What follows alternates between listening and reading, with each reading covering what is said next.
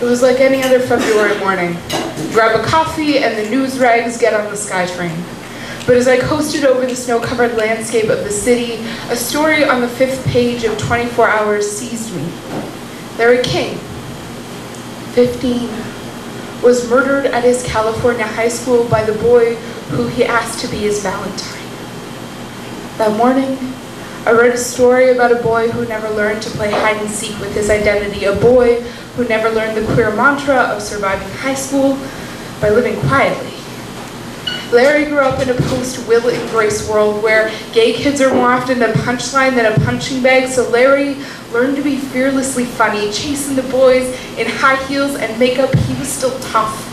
Tough like being born to an alcoholic mother and adopted by a father who found safe space in the place where his fist met Larry's jaw. It has never been easy to be different.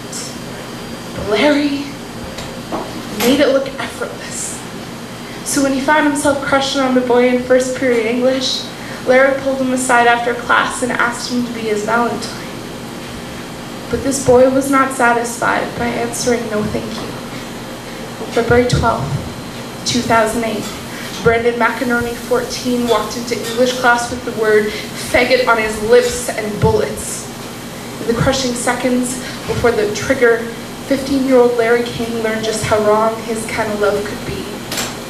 Though I now sleep soundly beside a man who I expect to be with indefinitely, these stories still harden the iron in my blood into bullet holes. So for every asshole who asks me how much cock I have to get before I'll call myself straight, I ask you, how many of your exes have endured beatings, fled across the province or the country, been disowned by their gods and their families because they had the courage to fall in love with you? There are too many who have died, tragic ending, broken promise early. All I have to do is continue the names: Brandon Tina, Matthew Shepard, Billy Lucas, to gut-wrench back to the reality that some of us have never had the luxury of loving safely.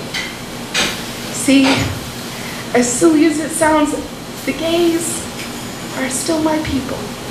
I have earned the label queer, even if you can't see it, sewn invisibly into the muscle tissue in my chest by years of hiding and then owning my bisexuality.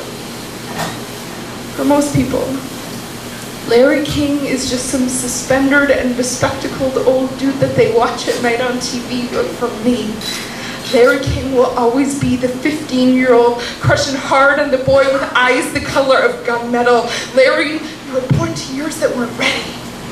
To a time and a country that still sees fit to criminalize what two consenting adults choose to do with their bodies.